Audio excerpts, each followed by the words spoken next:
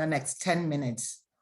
So good afternoon, everyone, and greetings to our esteemed guests and speakers.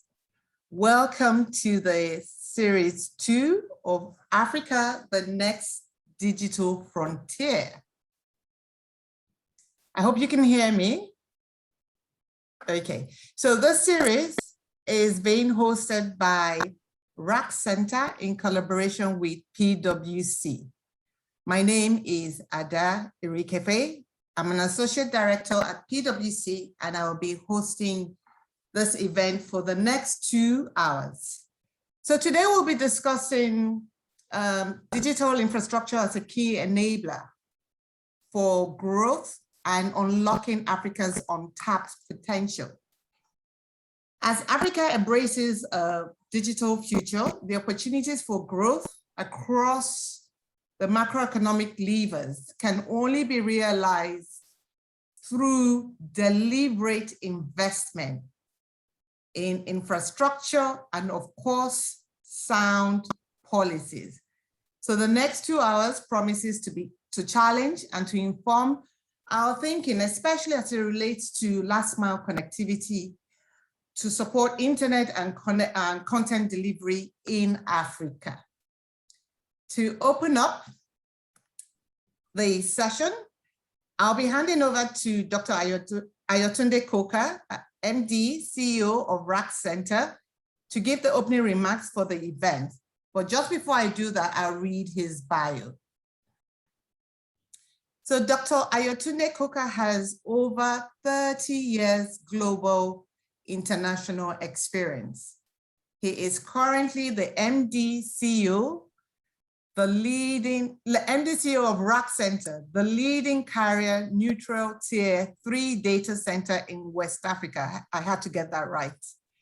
His distinguished career included roles at Ford of Europe, Egg Bank UK, the first European internet bank, BP, UK Criminal Justice, and he was also at some point Group IT Director at UK Ministry of Justice, Group CIO of Access Bank, and then MD CEO of Emerging Markets Payment West Africa.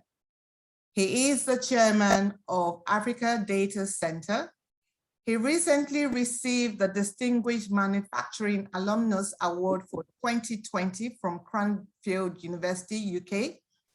He has a BSc in Mechanical Engineering from University of South Wales, and is an award-winning postgraduate alumnus of Cranfield University, UK.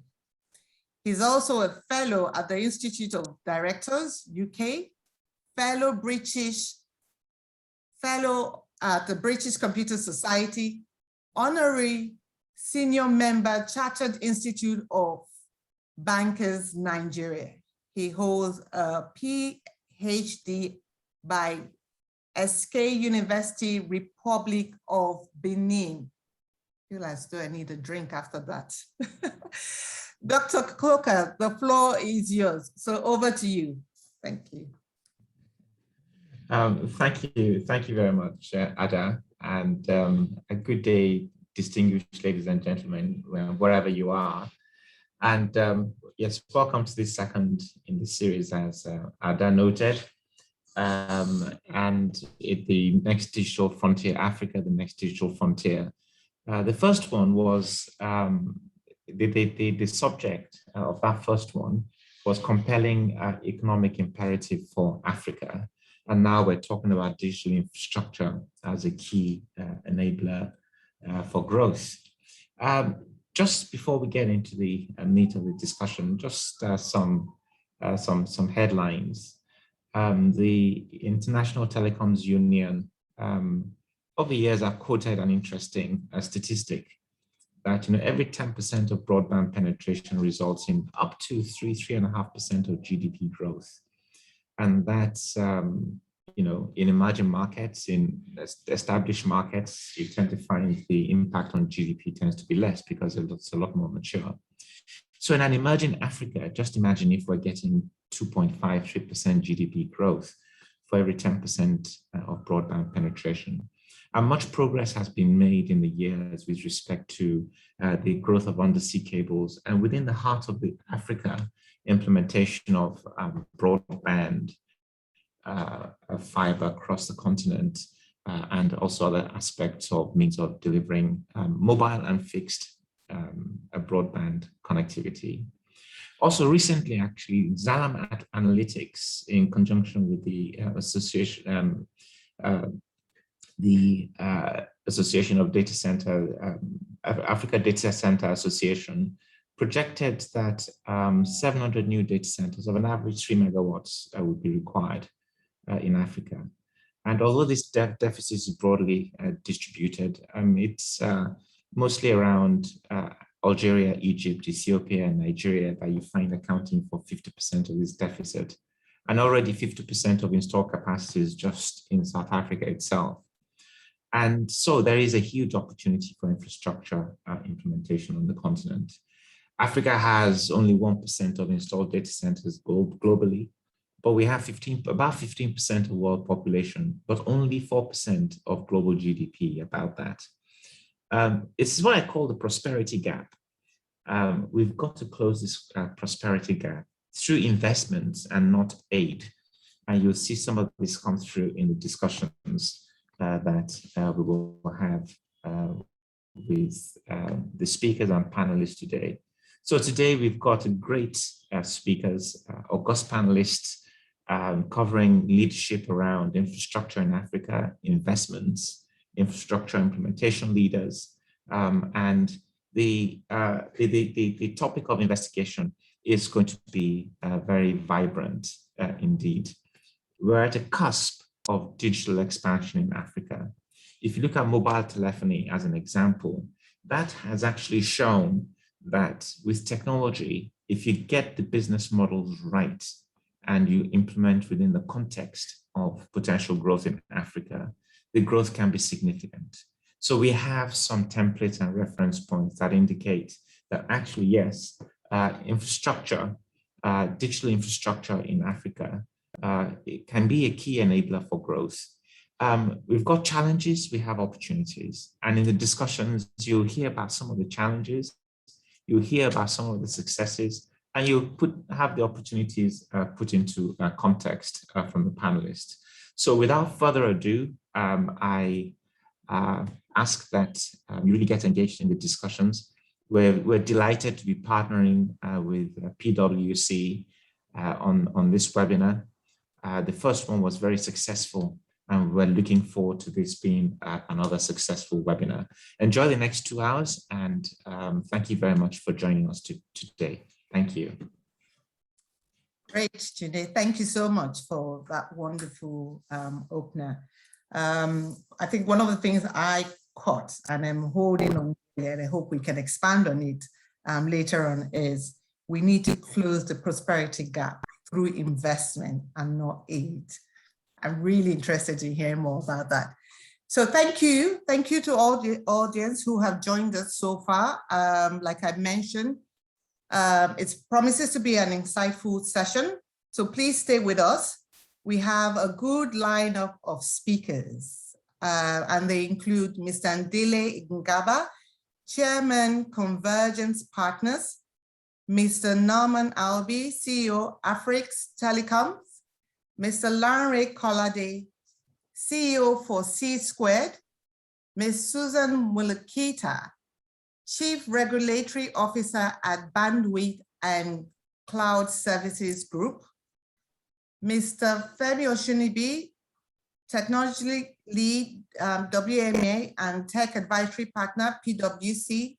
He'll be ably represented by Femi Madariola, who is an Associate Director at PwC and the lead for Intelligent Automation. Our moderator for the panel discussion is Elmo Hidrand, TMT African leader and advisory partner at PwC South Africa. So can I remind everyone to please send in your questions. All the questions will be addressed at the Q&A session. Please feel free to post your questions at any time during the event. using the Q&A feature located at the bottom of your screen. I hope you can all find it. So without further ado, I'm going to move forward to our keynote speaker.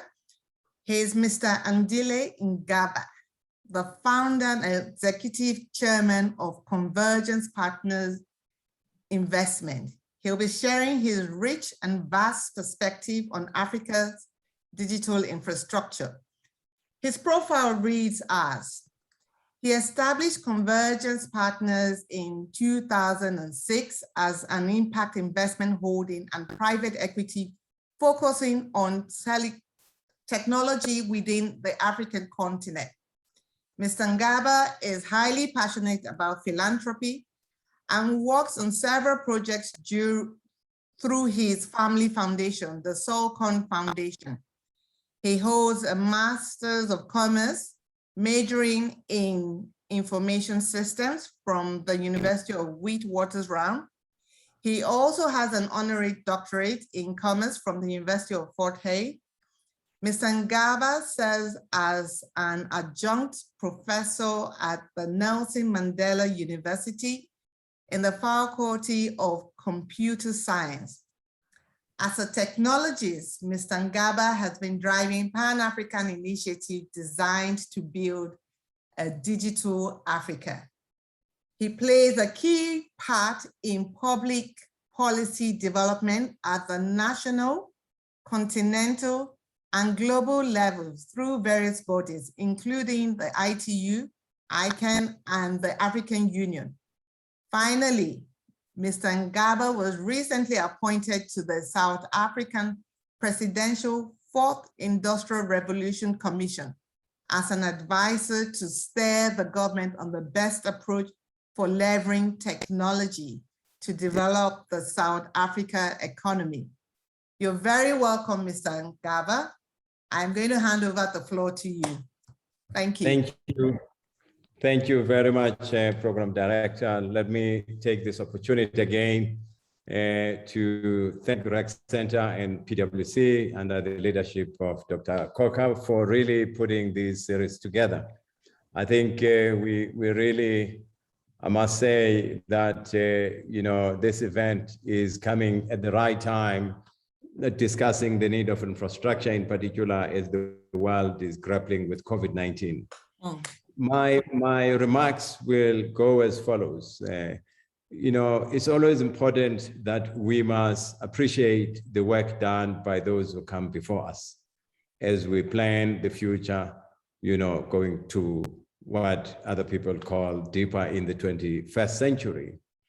Now, how this would go, if you go back in the 70s in Africa, there was an initiative planned called PANAFTEL. PANAFTEL was a Pan-African telecommunications network, which came out of the International Telecommunications Union, supported by the then recently liberated or countries that gained independence, because they wanted to move away from, the colonial roots of telecommunications. If you remember calls then, if you come from English-speaking country, they would have to go via England, French, they would go via France, etc. They came in and built this concept and they started to develop it in the 70s and they invested in it, it grew. And then in the 80s, mid-80s, we started to see, further liberalization and allowing of competition and starting with mobile beginning of the 1990s in most parts of the African continent with the birth of regulators. That was, again, I would define as the second generation. The first generation is what I call post-independence investments, post-independence growth that was developed by our parents who decided that they wanted to build the telecoms through the old PTTs. It is that generation that I really say we need to salute them for laying that foundation. And we also need to salute the generation that started to build the mobile operators and invested in mobile operators beginning of the 90s. That now landed 1 billion mobile phones in the African continent. The big question is, where next are we going? It is in my argument through you, Program Director, Madam Chair, that we need to invest and build hyperscale infrastructure in Africa to take from those who have the two generations I've talked about, those who built post-colonial infrastructure in the telecoms, and those who started the mobile environment. Now, what is this now next generation? What I call Africa 3.0. We had 1.0 of post-colonial, 2.0 of mobile, what I call Africa 3.0. The Africa 3.0 is the one that is led by the likes of Dr. Coker in building hyperscale infrastructure in Africa. And that 3.0 is the one that is laid by the likes of Landry Colade, who are building fiber infrastructure across the continent. So we salute this generation. And this generation has taken over from the previous ones, as I've said. Now, what do we need? We need to build these mega data centers in West Africa, East Africa, Southern Africa, and North Africa, and connect them. We have 1.3 billion people. We have 1 billion mobile phones. We still need to build more data centers and lay more fiber. According to the World Bank and the ITU, this requires about $100 billion between now and 2030. This is then what Dr. Coker said. How do we close that gap? We need $100 billion. How is going to come? Where is this $100 billion going to come from?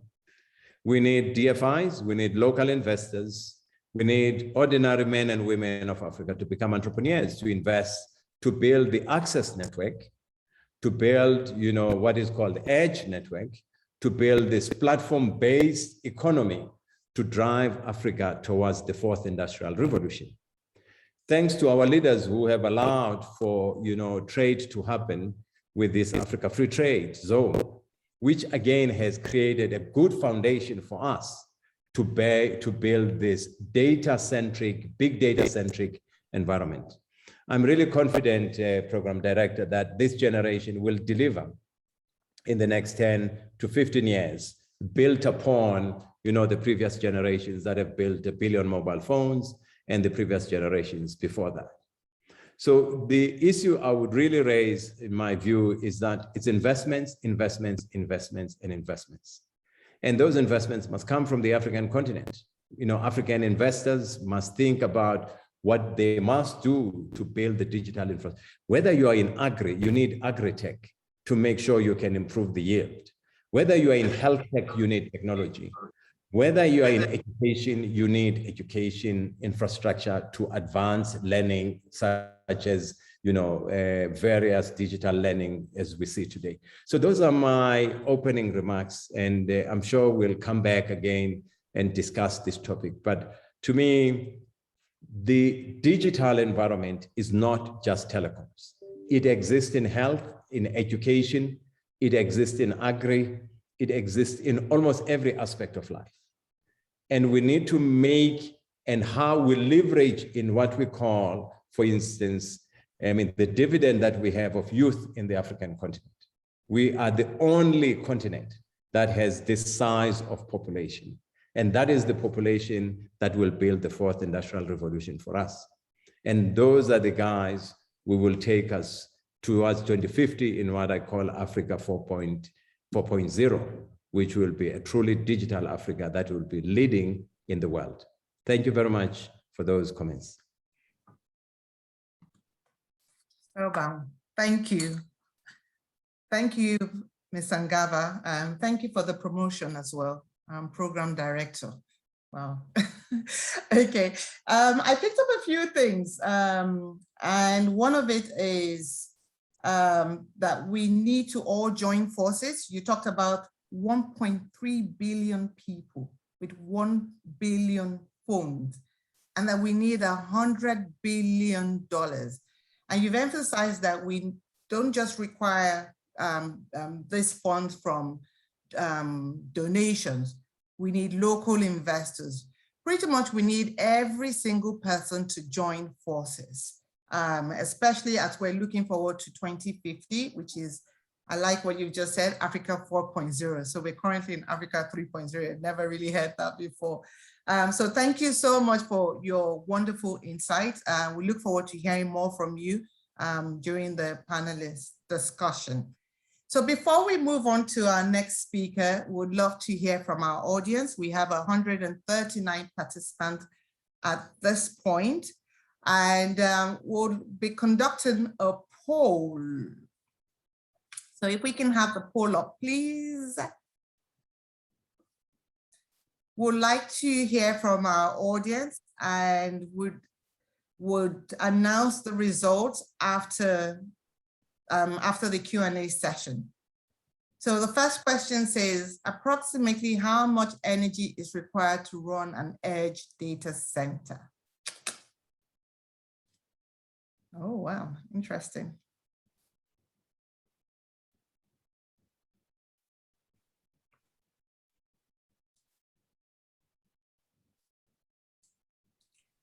Okay.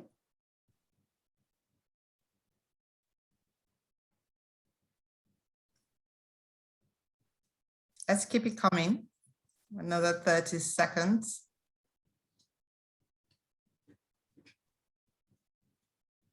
I think majority is saying 2 megawatts. Interesting. Okay, so can we pull the second question as well? If we can just scroll down to the second question.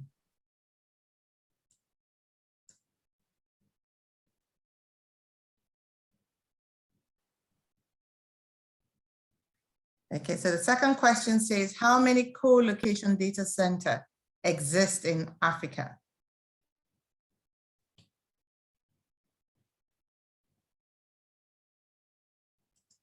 Interesting.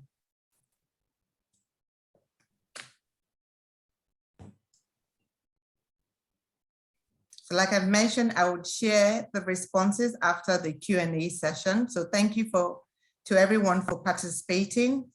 And now following Ms. Ngaba's wonderful perspective, let's talk about the future of digital infrastructure and what it means for Africa. Beyond stats and figures, what are the future prospects and possibilities? So to provide, I'm going to just move this, the poll is, yes. So to provide that perspective, I would like to welcome Mr. Femi Madarela. He's the Associate Director and the Intelligent Automation Lead at PwC Nigeria. He will represent Mr. Femi Oshunibi, Tech Advisory Partner and Technology Lead, West Market Area, who is unavoidably absent. So Femi, thank you for stepping in at very short notice. The floor is yours. Okay, thank you very much, Program Director. Good afternoon. Good afternoon, everybody. It's fine. Yeah, good afternoon, everybody. It's an honor to come in here to have a conversation with you this afternoon. I'll be sharing my slide myself. Please let me know when you can see my slide. Yes, please. Okay. Please just give me a few seconds. Okay. Yeah, it's coming up now. Program Director, please kindly confirm if my slide is showing. Yep. Yes, it is. Great stuff. Everyone see. Great stuff. Great stuff. Okay, so in the next, I don't know, is it showing now clearly? Yes, yes, it is. Okay, great. Okay, thank you very much. In the next 10 minutes, I'll just speak to an overview of the critical areas for digital infrastructure expansion. And first thing I'll start with, right, is as these changes are going on in the world, I think we need to understand why the changes are occurring. A few years ago, we did a study in PwC. And what we said, and what we identified was that there were 5 mega trends that were driving change around the world. Asymmetry, there's disruption, there's the age, there's polarization and trust. However, looking at all these things, right, we've seen that the interconnectedness amongst them has accelerated the changes that have occurred around the world. Because if you look at it now, yes, everybody knows that there's a disruption that is taking place. And there are good things that are coming out of the disruption that are taking place. The amount is that you can say that there are new opportunities. There are new opportunities for business. There are new business models that are going on. There are new jobs. But the inverse of that is that there are lots of jobs also that are being destroyed or that are being killed by this disruption that have taken place or that are taking place around the world. Another thing that we can say is because of all these things, also because we found out over the years again that a lot of people, a lot of older people, there are now a lot more old and older people in the world. What you note an effect or a downside to that is that you find out that people are finding it difficult to retire early. Governments need to go around and create more jobs for the younger generation that are coming up because people are not leaving their jobs. This disruption again, also, what has it led to? There's a decline in trust. With the decline in trust, there's a lot of concern around security. There's a lot of regulation around security. But in the world also, as all these things are going on, we found out that technology or digitization is one way that we can mitigate the implications of all these mega trends that are going on around the world, one, and also take advantage of all these opportunities that these mega trends also bring along. I've changed my slide now. We can see that digitization has come of age. So yes, the chairman mentioned that we're in Africa, there is Africa 3.0 and we are moving to Africa 4.0. But in the digitization journey, right now, what we'll say is that we are in the time of digitization 4.0. And what does that involve? That involves introduction of connected devices, data analytics, and artificial intelligence to automate the activities that human beings are meant to do. But just thinking back, what does that involve? It involves lots of data, involves lots of interconnectedness. But as we move forward into from 4.0 to 5.0, it is clear, right, that if the infrastructure that we need to drive this must be in place in Africa, not just what we see in other continents. And what are the infrastructure that is needed? Everybody knows, first and foremost, we need internet. We need more data centers. If you look at the different layers, first thing we need mobile networks. Most importantly, there should be more power, right? These are some of the digital infrastructure that we need to help us drive or help us move from the digital era 4.0 to the 5.0 that we are going into. And if you look at, I know during the keynote speak, there are some of these statistics that have been rolled out already. So I won't go into that. However, looking at what are the challenges that we are currently facing when it comes to digital infrastructure, first and foremost, we can say, yes, there's insufficient power generation in Africa. We said that there are 10,000 megawatts of energy and 700. So we've seen that there's insufficient power generation. Right now, we can see also from all the statistics that are around that has been done on broadband penetration in Africa, we can see that there's been a low broadband penetration in Africa. That might be due to the cost of acquisition or other things, but it's a challenge. There's a limited number of data centers in Africa. Right now, we're saying there are 79 co-location data centers across 14 countries in Africa. Another thing is there's a challenge in last mile connectivity. So if we just think about our environment and break it down into the urban area and the rural area, you'll find out that yes, in the urban areas where there might be internet that is connected directly into homes, but by the time you get into the rural areas, those kind of things don't exist. And these are some of the challenges that we are facing when it comes to digital infrastructure in Africa. This digital infrastructure that we need to move from Industry Revolution 4.0 to 5.0, these are some of the challenges that we are facing. And another challenge you see is there's a growing fear around cyber risk. So these are some of the things that need to be dealt with before we can move from 4.0 to 5.0, or to even grow the digital infrastructure space in Africa. And lastly, in conclusion, it's clear that we've said without high-speed networks that are secure, that are available, without data centers that are reliable, it is difficult, right, for digitization to actually spread.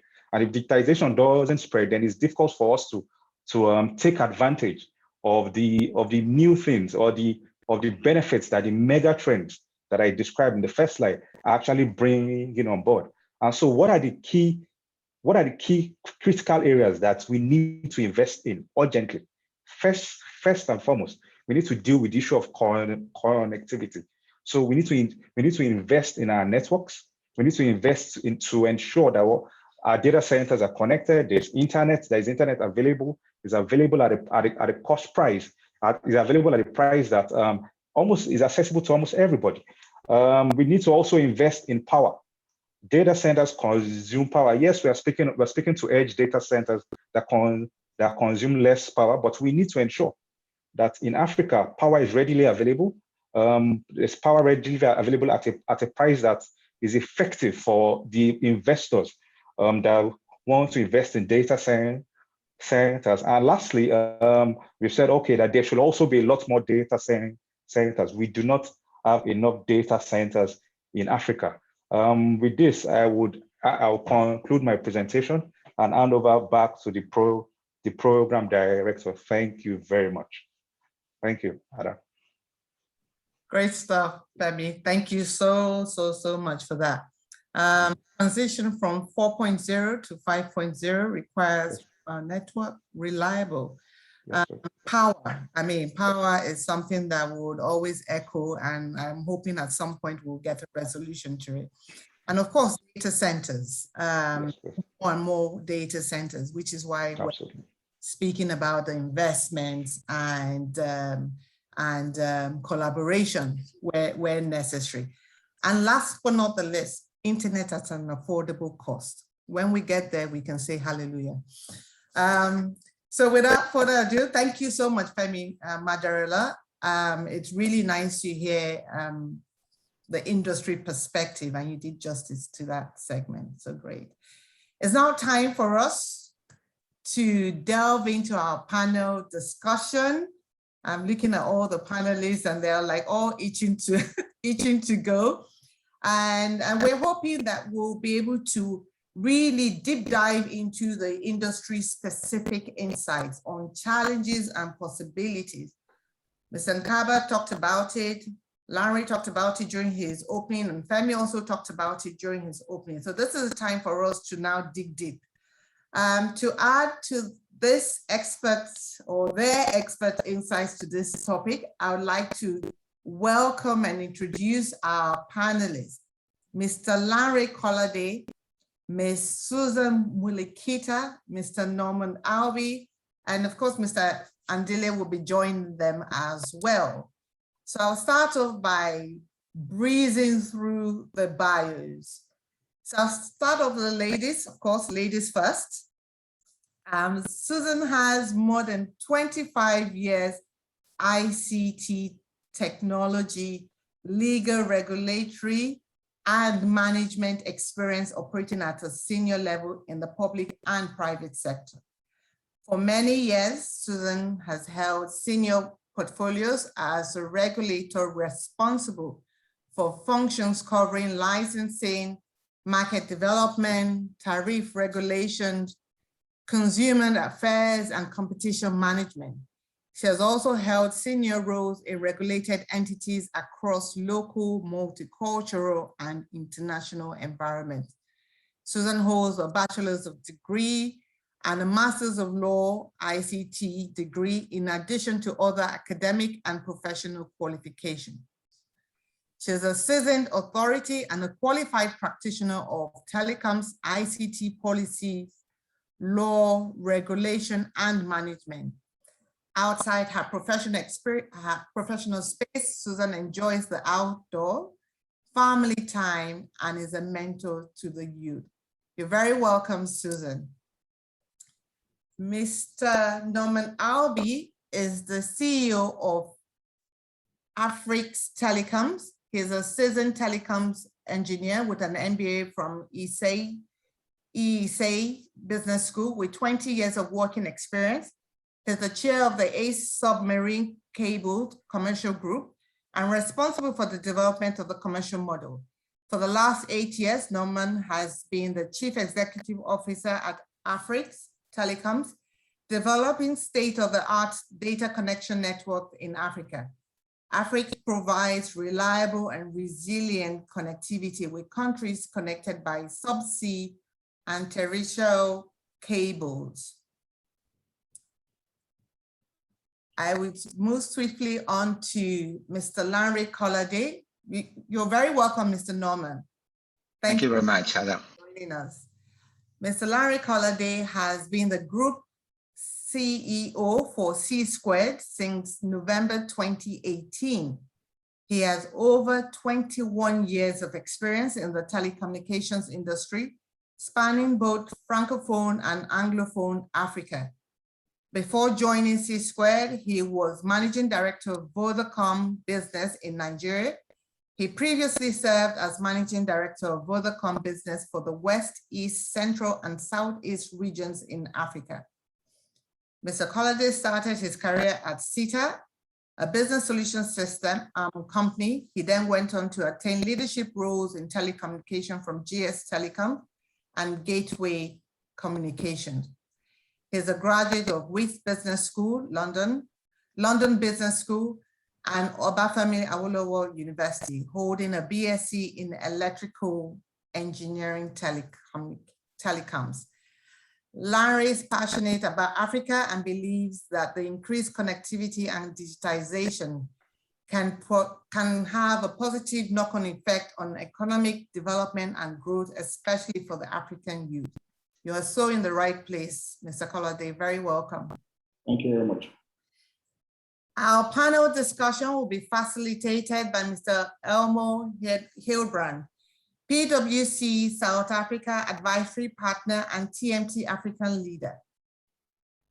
Elmo is a partner in PwC South Africa, and he heads the advisory services.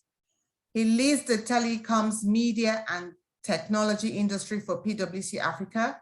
He has over 20 years experience, mainly in client advisory and market development, serving clients across Africa and Europe.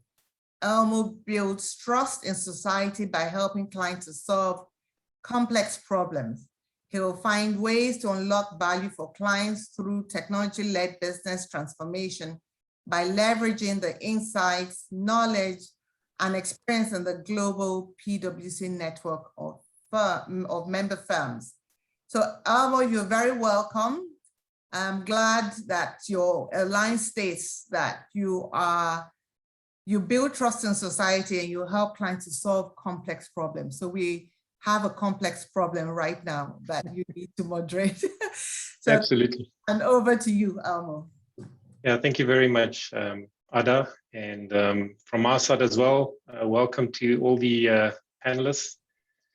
Please don't see it as a sign of disrespect if I call you on your first names. I think that might just make the conversation a little bit more informal. And I think I'm very fortunate to obviously be joined by yourselves in listening to the speakers before, how they've teed up the problems and the opportunities that we have on the continent. It is exciting to be joined by the people that are actually solving some of those problems and that are actually tackling some of these opportunities.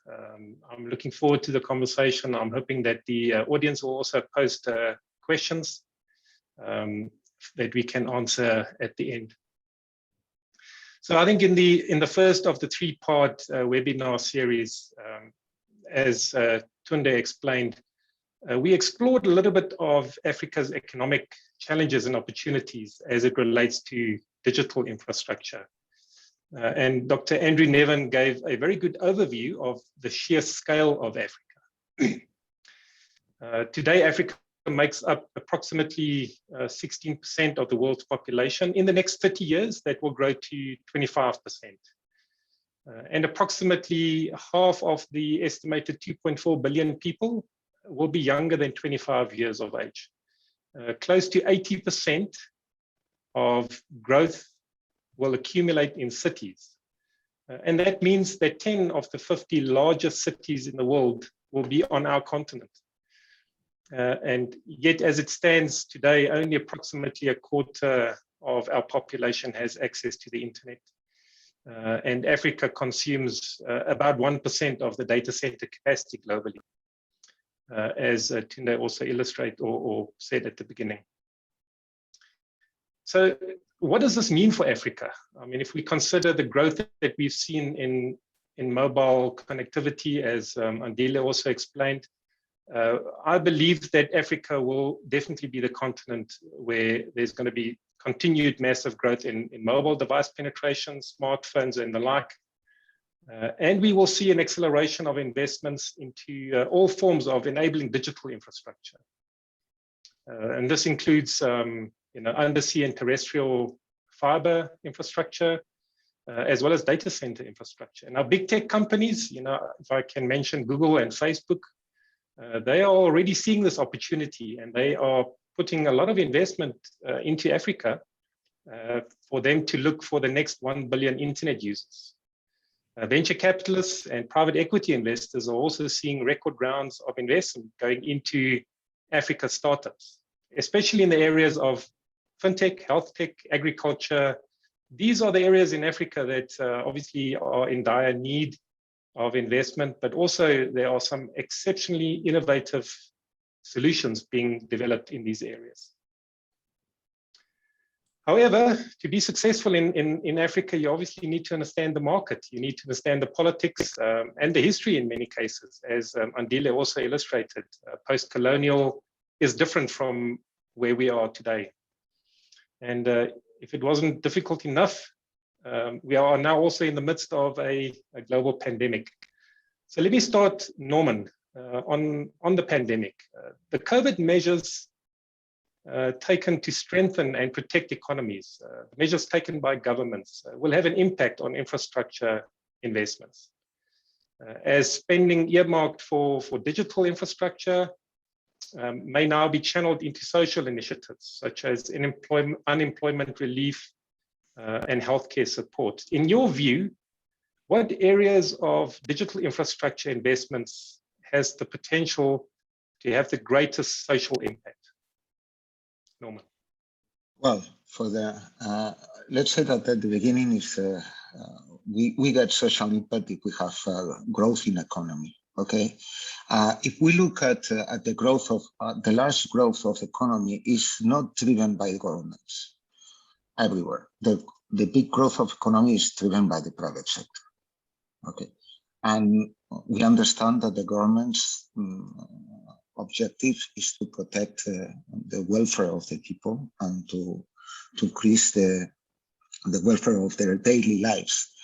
But at the same time, and it's the rule of the private investment to invest in the countries to make them grow and to grow their economies.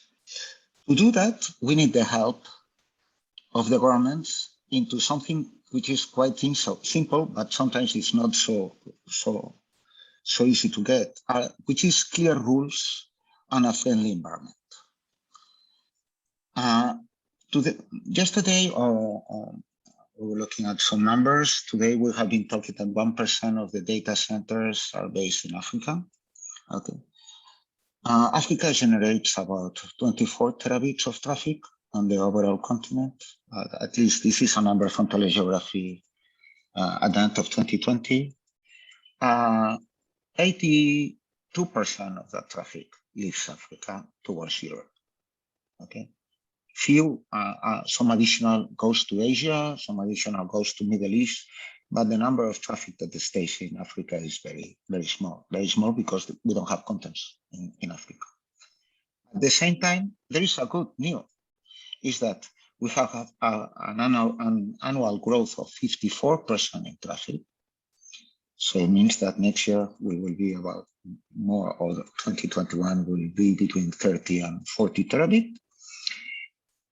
And for the last 2-3 years, the 82% of the traffic has been left in Africa. So at least we keep the same percentage of traffic.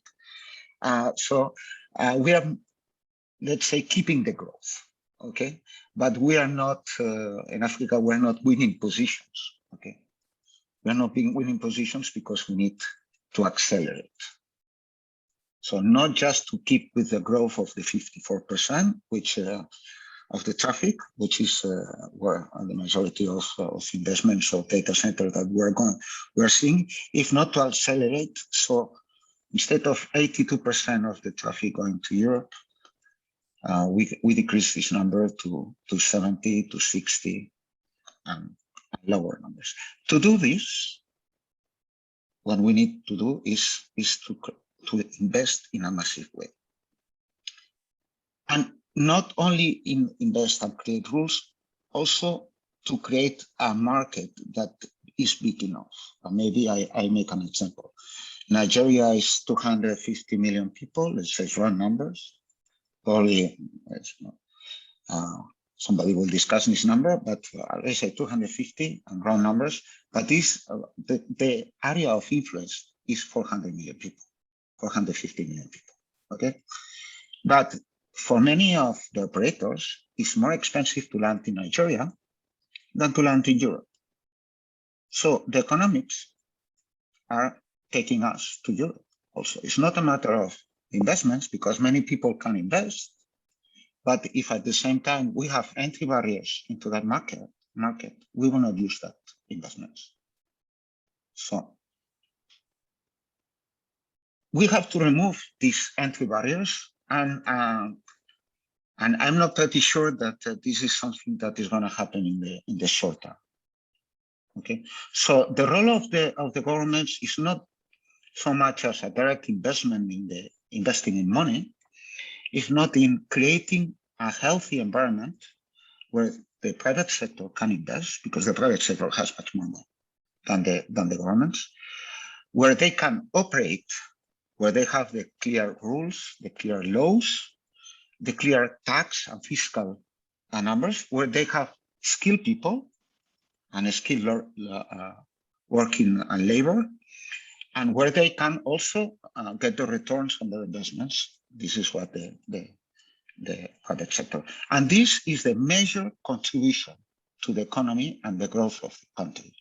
And the growth of the country contributes to the social growth and life of each one of the citizens of Africa. Yeah, Norman, I think that that illustrates quite clearly the role of government versus the private sector. If I hear you, government has a role to play, but we need the acceleration in private sector investment. Government needs to roll the stones out of the way, make it easier for business to make the impact in society. Yeah? Exactly. Andile, if we can go to you. You know, even as developed economies capture the benefits of digital infrastructure technology, emerging countries have struggled to realize the same advantages. You know, largely due to you know, some things that Norman mentioned. You know, the cost of doing business and also legacy infrastructure and digital foundations, poor adoption rates. So while this represents a missed opportunity, some countries with less digital infrastructure may actually be in a better position than more developed countries to take advantage of technology innovation and accelerate their digitalization journey in a way that you can almost think them leapfrogging where more advanced countries are.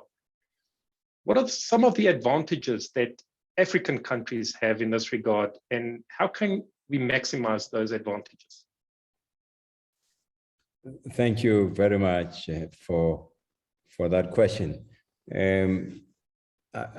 Allow me to take a detour and maybe just start from where Norman finished, and then in answering you. The Africa has a lot of content. Nollywood is the second largest content producer in the world. And the population of Africa, young people, generate, you know, whether you call it Twitter content per capita, higher than average in the world. because we're very visually orientated people. We're not text orientated people.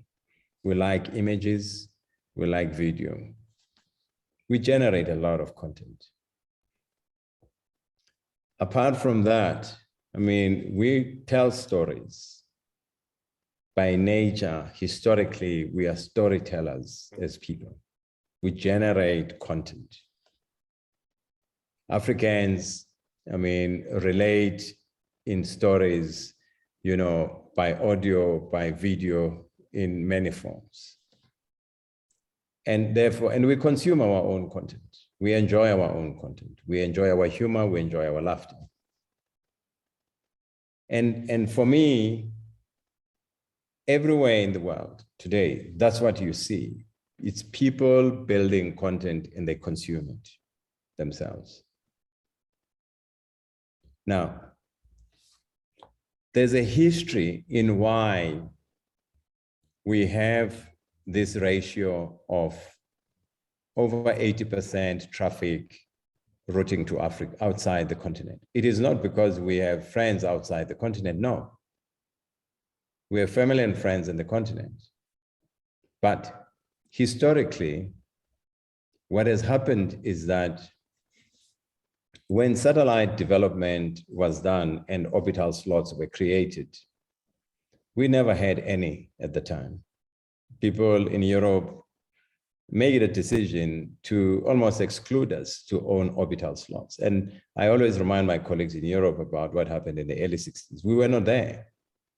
So the period of satellite development and, you know, where connectivity was via satellite for that, from the early 60s, when the first Intelsat satellites were deployed, to the deployment of fiber, our traffic was routed in Europe because we did not own orbital slots or orbital frequencies, neither satellites for that matter. Would we have invested in satellites? Yes, but you can't invest in a satellite if you don't have an orbital slot. Now, people in Europe enjoyed that transit of our traffic, where you phone from Lagos to Benin via Europe. It was revenue for them. And that continued, which is still continuing today, right?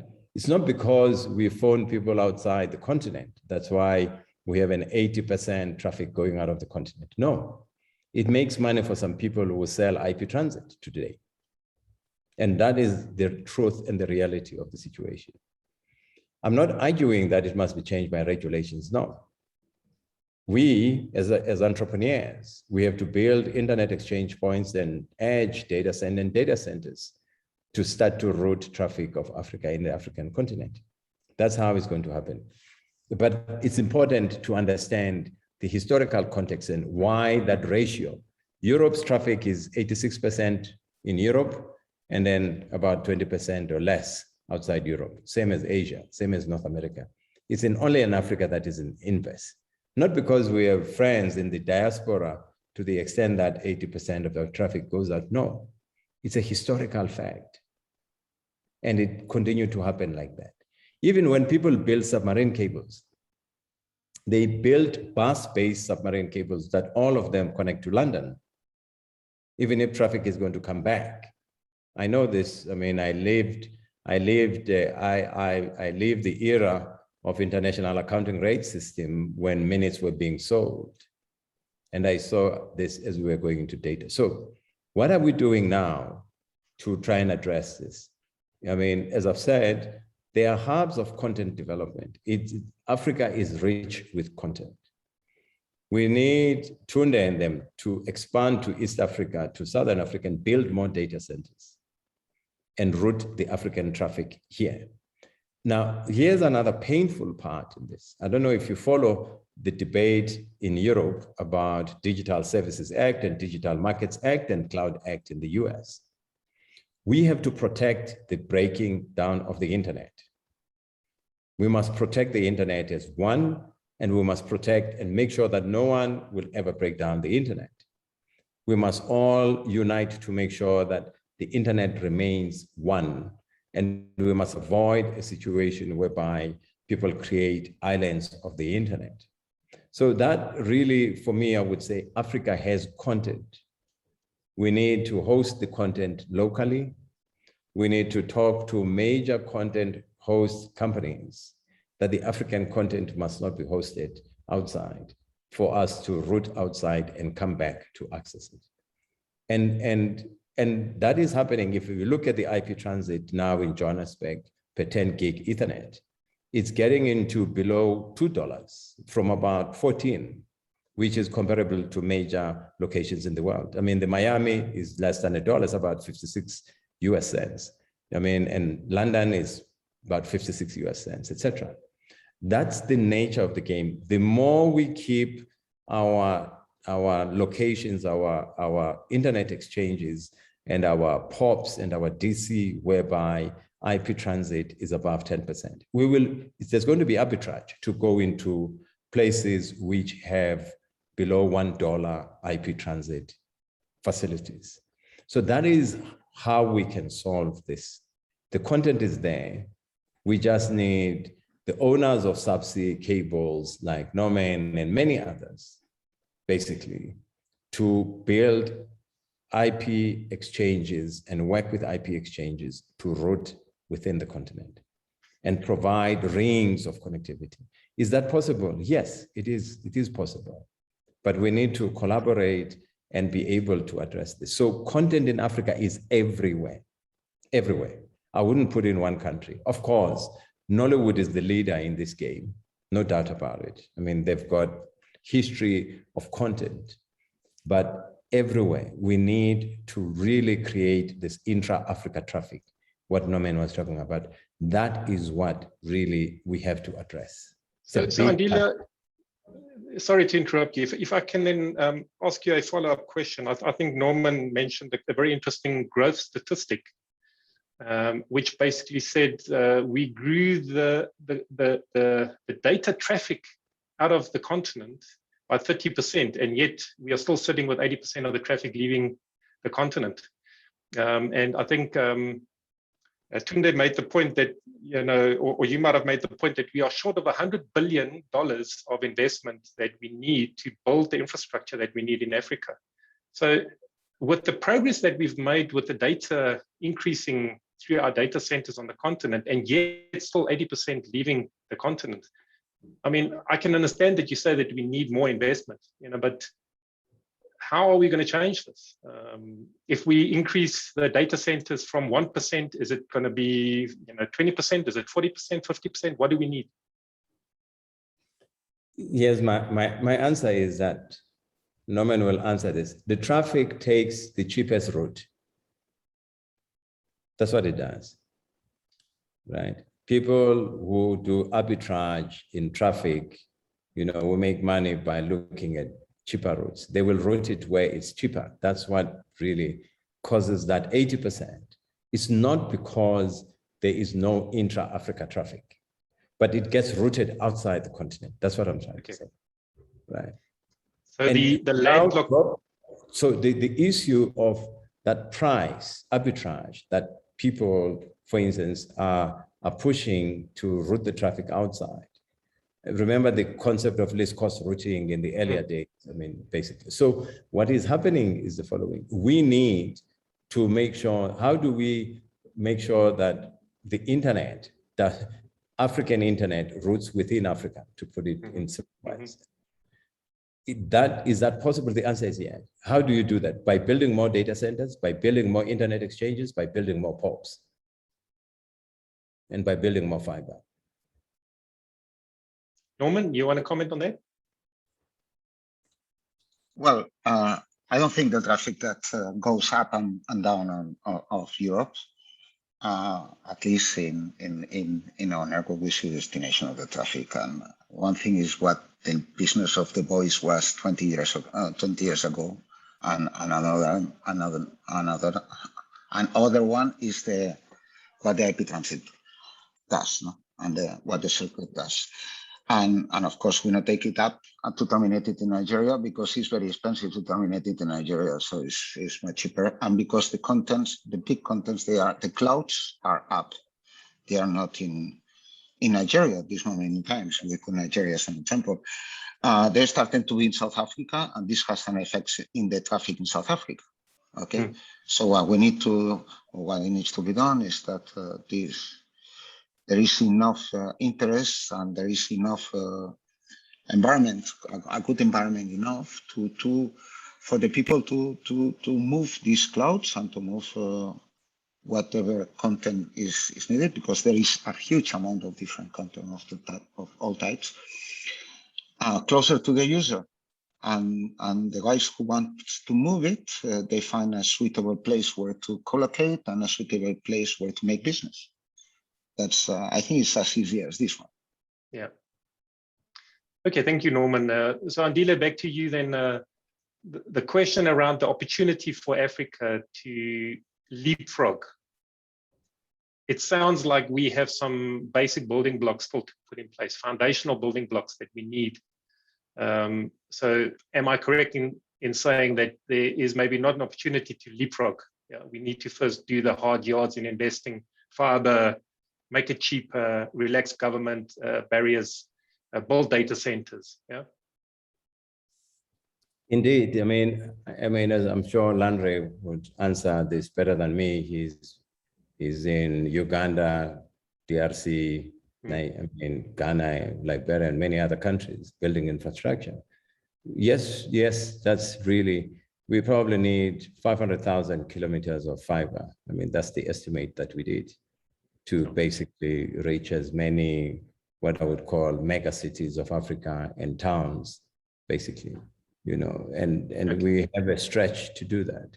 And of course, I mean, what Tunde is doing in building data centers. I mean, absolutely. Those two basic infrastructure are what we need. I mean, that in the next, I would say 10 years. Yeah, I mean, 500. Is the ocean capacity enough? I think it can last us. I mean, the guys have built, Norman and the guys have built enough for now. I mean, I'm not saying that. I think where we need is to take that capacity from the ocean to the belly of the continent. And that's where a lot of money is going. It has to go to. I mean, that's what we need. I mean, the people who build, for instance, I mean, there are a lot of swaps taking place now in the market. People build to the ocean. They look for those who are going to invest on land.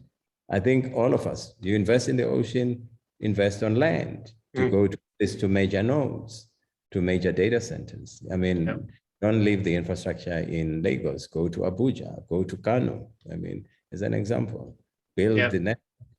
I mean, so really that's what we need. We need the capillary of the network to major cities.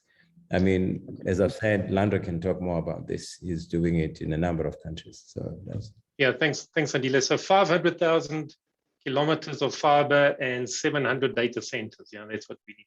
So Landry, going over to you then, and let's maybe talk about some of those other obstacles and elements that we need for that to be successful. Yeah, so there are a number of things in place, or there must be a number of things in place for us to realize that and make that successful. You know, the full digital potential of Africa, and for us to reap the technology benefits that come with that. Given the need to reconcile and address the wide variety of stakeholder interests, you know, these include infrastructure planners, users, developers, investors. Careful coordination and balancing of objectives will be essential, yeah? And also the frameworks or the ability to drive large-scale digitalization across the region will absolutely depend on conducive regulation and political will. I think Andile made that point as well, and also Norman. And we will need clear legal frameworks.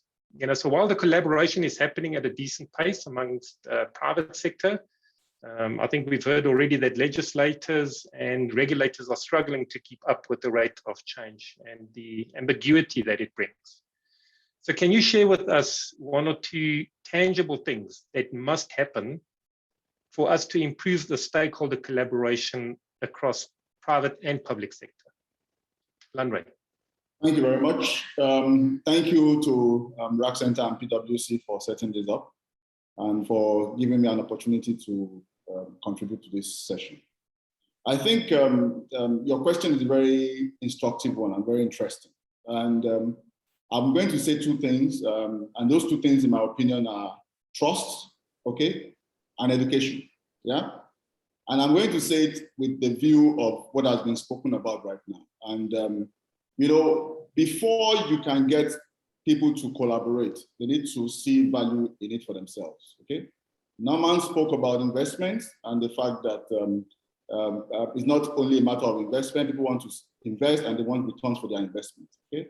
And Dile spoke about the legacy issues on the continent and why traffic is routed out, okay? When Tunde started, Tunde says we don't need aid, we need investments. So you need to look at it in the government of everything. So in my view, the policymakers must do the right thing. They must create the right environment for it to happen. The guys that are going to invest money in Africa must know that it's a long game investment, okay? You need patient capital to come into the continent. You see, within the government of what has been spoken about today, and if you look at it in both directions, okay? Andile mentioned the fact that Africans are storytellers. Before you speak in some part of Nigeria, the first thing you do is people give you a proverb, okay? A proverb is very instructive, you understand what you're saying, they don't have to speak too much. So that is in itself how content is generated, okay? You see a lot of blockbusters right now on Netflix that are Nigerian and that are from the continent. Every African, okay, will have at one time or the other listened to a Congo music, okay?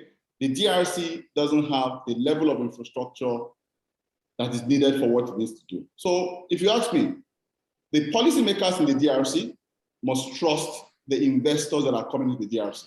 So it's a two-way issue, okay? Now, the investors themselves will now need to be educated, okay, as to the requirements of the environment that are coming into. Every environment is unique, and they must understand that because of that uniqueness, they must listen, okay? You see, why do I need to send an email to somebody in Lagos? I'm sending an email to Tunde, is in Rack Center in Ikeja. I'm on the island. And that traffic first has to go to Europe and come back to Tunde. Why does that have to happen? Why can't we have internet exchange point here, like Andile mentioned? We have 36 states in Nigeria, have data centers, 8 data centers close by, connect all of them together so that the traffic stays local. 82%, okay, statistics, just given on this call right now, you don't even have to do this research, okay, of our traffic is living here. That is why internet access is expensive. Simple, okay? We need about 500 terabytes of capacity before 2030 for us to do considerable things on this continent. We only have 28 terabits right now, according to the numbers that Norman gave earlier, okay? If the traffic doesn't stay local on the continent, then you forever have high prices of connectivity, okay? So the policymakers must see that as an opportunity, okay? And the investors too must see it as a good way to get returns on their investment. Tunde mentioned something that I'm going to actually steal from him. And when he talks about closing the prosperity gap, I like that, okay? Because you see, the fear that I think Africans must be very mindful of is the fact that we can be digitally colonized, okay? We have the content, we have everything, but our monies are going to somebody else. You spend $10, $8 of that money goes to somebody else and 2 stays on the continent. The policymakers that are taxing you are only going to tax 2% of it because the rest is capital flight, okay? That is the challenge. So there must be that marriage of minds, okay? You see, every time I listen to Andile, okay, and his depth of knowledge on the continent, the historical part and how things flow, you will understand that we need a lot of him on the continent, okay? People that have understood 1.0, 2.0, 3.0, and are going to take us to, because if you don't understand context, you don't understand where you're going to. So policymakers must understand that for you to get digital penetration and transformation in the continent, it must be cheap enough. It must be cheap enough for people to invest, okay? So that once they invest, they can get their monies out. Let me give you an example of a study that the IFC did a while ago. 1.1 million, okay, kilometers of fiber on the continent already right now. Guess what?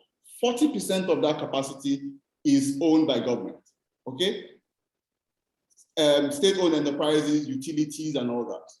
When those capacities are unbundled and private sector participation happens with them, what then happens is traffic can flow between here and Benin, okay, without having to go over the submarine cable and going out. So we need a lot of intra-Africa connectivity. So policy, okay, the policymakers must make sure that is happening. The environment is actually right. And I like also what Norman said, okay, when he talked about the barriers of entry, okay, those barriers must be removed. They must be removed in such a way that trust is developed, okay, between the investors and the policymakers themselves, okay, so that the investments can happen and the continent can actually get the bootstraps that we need. So is there fiber on the ground? Yes.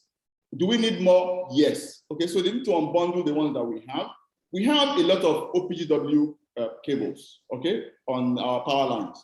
The West Africa Power Pool is an example, okay? That is already an infrastructure that exists. So what it means is if I put fiber right now from Nigeria, I can connect to Gambia, okay? That's a pool of West Africa, okay? So unbundle this, let private sector participation come in and bring the right monies in.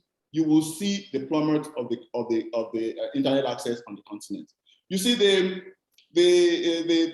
thing about Africa is that we are one people, we are homogeneous, okay? And Dile mentioned the fact that I've traveled across the continent, okay? And I manage businesses across the continent. So I understand how the feelings are in West, in Central, and in East Africa, because I've lived across all regions. And I understand that the needs are similar needs. Give Africans the right framework, you will see development of content as you've never seen before. Put the infrastructure on the ground, edge data centers in every nook and corner on this continent, okay? Give the right incentives for people to come back and invest on the continent, okay? Because you see, we cannot make it difficult and complain that there is no investment. We need to let them trust the fact that once they bring their monies here, they can take their monies out and they can make their profit, and there will be no problems with it. So overall, it's a combination of events that must happen. The policy must be right. The money must be patient. It is important that the money is patient. Once all that happens, trust gets developed. Once trust gets developed, education happens, and you leave the rest to Africans. It will fly. It's just a matter of time. I love that, Landre. Thanks for that. And I'm hoping that all the people attending from government, they listen, and absolutely the investors as well. You know, be patient. I do believe that some countries and some governments in Africa are scoring own goals when it comes to creating trust and removing obstacles for doing business. But I think there's much progress that we're seeing in terms of reforms. Yeah, I want to get to Susan, and thanks for that, Landre. I want to get to Susan and maybe talk a bit about the security concerns. So some key digital infrastructure assets have always been vulnerable to kind of known physical damage or threats. And a lot of these infrastructure assets are now controlled by software and more cloud-based software technologies, which obviously increases the risk of cyber attacks. Now, this has grown as a real threat globally, and it's on top of governments' risk registers all over the world. How can organizations create a layer of resilience that will be crucial in delivering a safe, connected digital Africa? Susan. Thank you very much, Elmo. Thank you, Ada. Thank you, PwC and RAC Center for organizing this conversation, and also for inviting me to participate. I consider it very crucial and very important, and possibly the beginning of conversations between governments and business as well as investors. And I say so, given the question that you've asked me. You've referred to organizations. And when you make reference to organizations, you're basically not only referring to service providers, but you're referring to the entire value chain of who plays in this sector. So to start with, I'd like to look at the conversations between government and industry, as well as the investors, in terms of ensuring that we provide a secure environment for digital infrastructure. we could start with the legal and regulatory environment. We've noticed a whole number of countries lately have introduced data protection laws as well as cybersecurity laws. And all of that is with a view to protecting the personal information of users and citizens within these countries.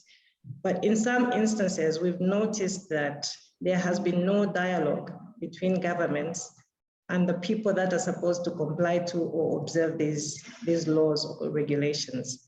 And half the time, we have found that there is no consensus or there's a lot of pushback from industry. And when I say industry, I don't mean just telecom service providers, because telecom service cuts across the entire spectrum of what we all do. I mean, our lives are interconnected in very many different ways. So from our banking, from our education, from our health, all of them are affected by connectivity. So you find that the introduction of these laws in some cases and many instances hasn't sat very well with business.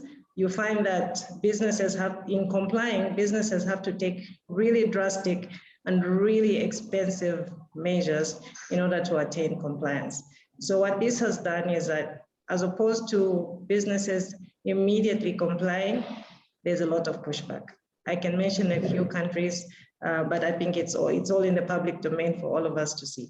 So the starting point here could be dialogue, and dialogue between the governments, the regulators, and businesses. And once they attain positive dialogue, you could easily see compliance being attained by those that should ensure that they comply. Secondly, looking at the infrastructure in terms of what businesses themselves can do, and now we are focusing on the businesses, let's say the service providers. And when I say the service providers, I mean the entire spectrum. What can they do in order to achieve security of this digital infrastructure? As we know, now most of them are controlled from the cloud. So we say we create opportunities for redundancy. And why do we want to create opportunities for redundancy? It's because we want to ensure that we have a protection mechanism for this infrastructure. Why do we need to have a protective mechanism for this infrastructure? Obviously, if we do not have redundancy, then we are putting ourselves at risk. And I say this because we've seen lately, if we want to taste the theory, for example, of how this can affect all of us, shut down the internet for just a few minutes during an election, and the results are there for everyone to see. Next, we move to BCP, or disaster recovery. And this is up to businesses now. Businesses must ensure that they create a framework for disaster recovery and business continuity. It is an investment that they need to ensure that they provide for, given that our lives are now purely based on connectivity. So in the event that we do not have BCP and disaster recovery, the entire community runs the risk of being affected. In the event of a failure on a banking platform, we find that people are inconvenienced in multiple ways because they cannot have access to their financing, for example. And so it's important for BCP and disaster recovery. And I think the markets and the platforms are very ready and available and ripe for BCP to be introduced. When you look at that by itself, Africa does not have a shortage of skills to who would be responsible and who would make sure that they manage and administer BCP and disaster recovery. Another one is ensuring continuous surveillance and monitoring of infrastructure. Again, when we talk about continuous surveillance and monitoring of infrastructure, we're saying Africa does have the skills, the right skills to be able to do this. And we know that a lot of businesses have put in a lot of huge budgets for ensuring that surveillance is undertaken and continuously, for the simple reason that we have to continue to see to it that services provided without any disruption. Another point is continuous upgrades. As I was reflecting on what I was going to talk about today, I came across a point that was quite interesting. And somebody said, you don't deal with infrastructure, digital infrastructure, the way you deal with furniture. You buy furniture and you keep it for 5, 10 years until it breaks down, then you replace it. But when it comes to digital infrastructure, including things like applications, that has to be constantly upgraded and in order for it to be able to do the job that it's designed to do.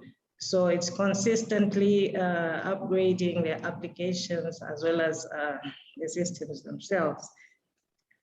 The other thing we have to look at as Africa, given that we're transitioning to the cloud, is the issue of security. And the point I'm trying to make here is that we need to make sure that we have centralized security for the simple reason that if we decentralize security, these are my views though, if we decentralize security, we might run the risk of the threats on cybersecurity actually manifesting on the infrastructure.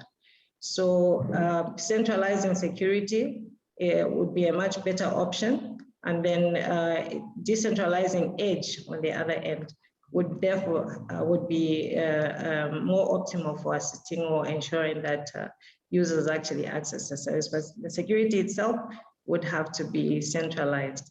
So for all of this to happen, my views are that we need to have the governments talk to the regulators, talk to the businesses, talk to the investors in order for everyone to have a meeting of minds.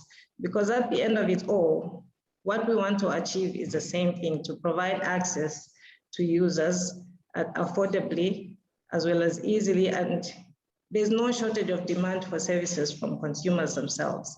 So we do have the platform, and I think that RAC Center and PwC could start this as a huge conversation between governments and businesses, and definitely the results will be very positive. Thank you. Thank you, Susan. And I think it is obviously doing the right things and doing it very well. I think the other area for concern that I can see is as well our young population that will all be connected. A massive challenge to keep them safe as well as they come onto the internet. Thanks for that, Susan. I just want to mention to all our attendees, we are tracking the questions. I've got 1 or 2 more for the panelists, and then we'll start answering and putting some of those questions to the panelists as well. I think very important thing that I wanted to get comments from Norman on is the questions of ESG and the transition to low carbon, climate resilient infrastructure assets remain a key consideration for investors. You know, we're seeing that a lot more. You know, we need to know that our money is going behind or into companies that are responsible when it comes to the environment. And estimates show that about 70% of the increase in future greenhouse gas emissions will come from infrastructure that is yet to be built. And I think that is where Africa is. Yeah, so we have infrastructure that is yet to be built. 700 data centers, 500,000 kilometers of fiber. In an ideal world, you know, any infrastructure-related stimulus should be focused on activities that reduce carbon consumption. You know, the progression from fossil fuels to renewables, incentives for cleaner, greener construction methods, and the promotion of environmentally friendly methods or modes of transport. Can digital infrastructure play a role in Africa's decarbonization agenda? Or do you think it's going to contribute more to emissions in the long run? Norman. Well, it's one of the big challenges. But what is true is that there was one question in the panel regarding investments from equity investors. Is that this clear is that equity investors or lenders are providing financing to the digital infrastructures. Today, they are going to ask for an environmental impact assessment. And this is going to be a key factors that without this environmental impact assessment, that investment will not happen, at least for international investors. So this is, the first is a precondition. But the second one is that I think that the data centers we have seen in some other markets that they have put a lot of challenges initially they were built and they were connected to the grids, to the electrical grids, and they put a lot of tension in the generation and distribution of electricity. And in Africa, we all know that the grids, the African electricity grids, are already under stress in many of the countries. So putting it at the center with a large number of megawatts might be quite a large challenge for some of the grids. So what we're seeing in the trends of data centers is that the same data centers are the first ones that are investing in green energies. So in some cases, not in Africa, but in some other demarcations, we started to see that they are even producing more energy or green energy or pseudo green energy than the ones they are consuming. Okay, and they are giving back this green energy to all the rest of the society. Of course, they are selling the energy, but it's a green produced energy. So I would say that the digital infrastructures, they are looking for efficient ways to generate electricity, efficient green ways to generate electricity. They have to do it because it will be very difficult also because of their investors will ask for it, but also it will be very difficult to get it in many of the African locations without adding tensions or stress to the grid. And also with these generations, yes, they can contribute to, let's say, to a trend in the change of percentage of green energy generated in the country, because since they are large consumers of electricity, they can also be large producers of electricity.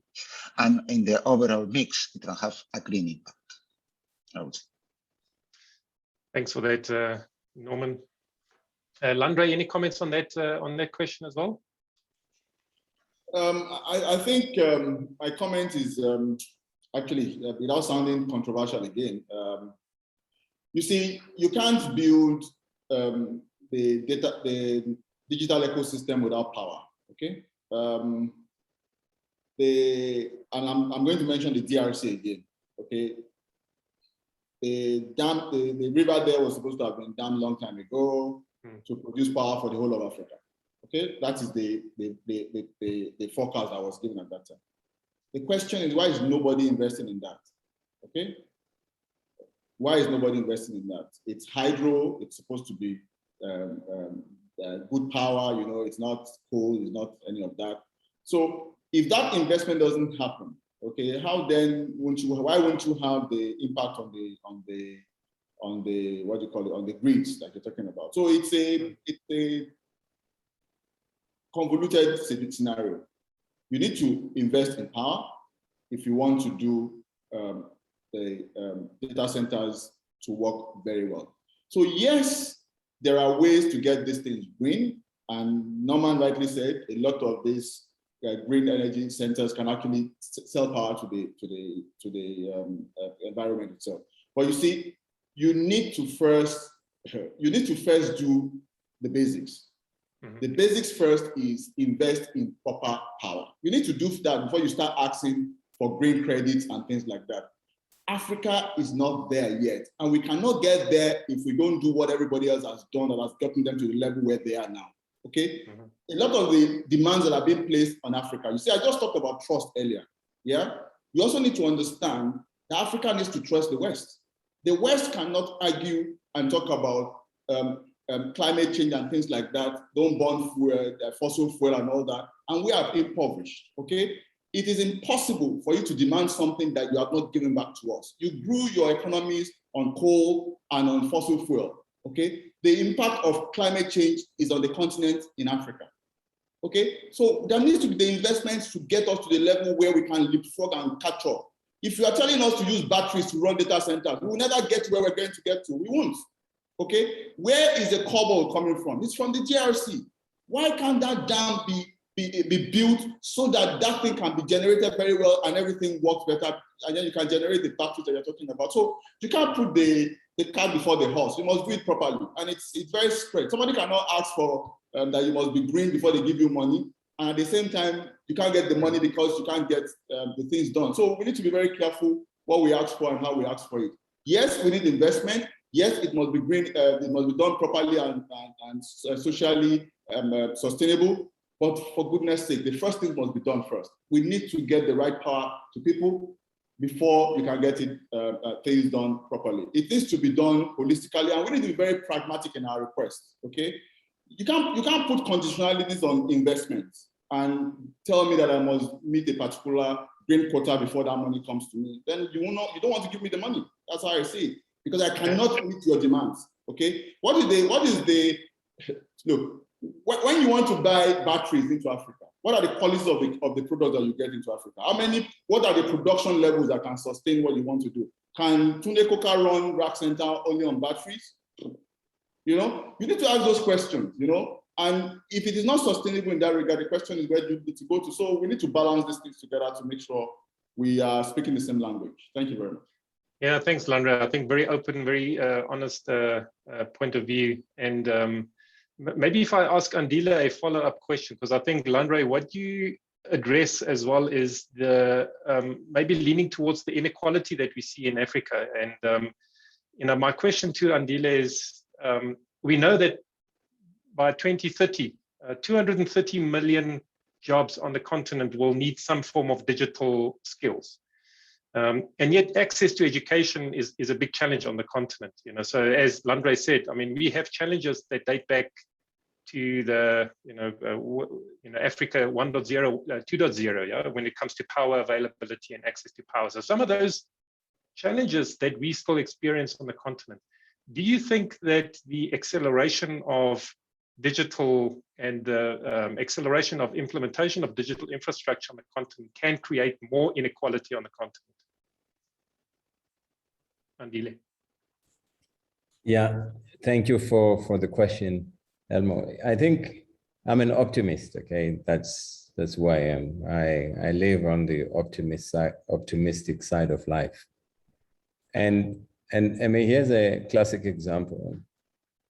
I remember, Elmo, I would attend conferences in 1990, telecoms conferences. And there was a cliche used by people then that there are more telephones in Manhattan than in the rest of the continent. A small island called Manhattan and us. 30 years later, we have 1 billion mobile phones.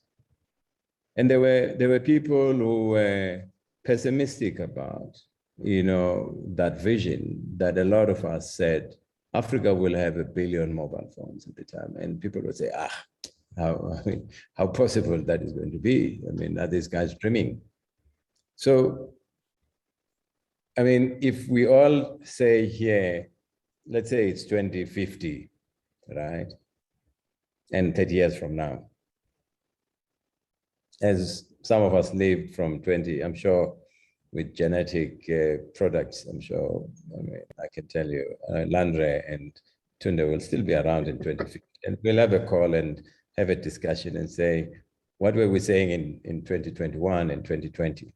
So what I'm saying is that I honestly, I mean, without jokes, Africa is going to be #1 continent in the world, right? I mean, this is this is not like a Sangoma speaking or some. I mean, I use models to come to this, okay?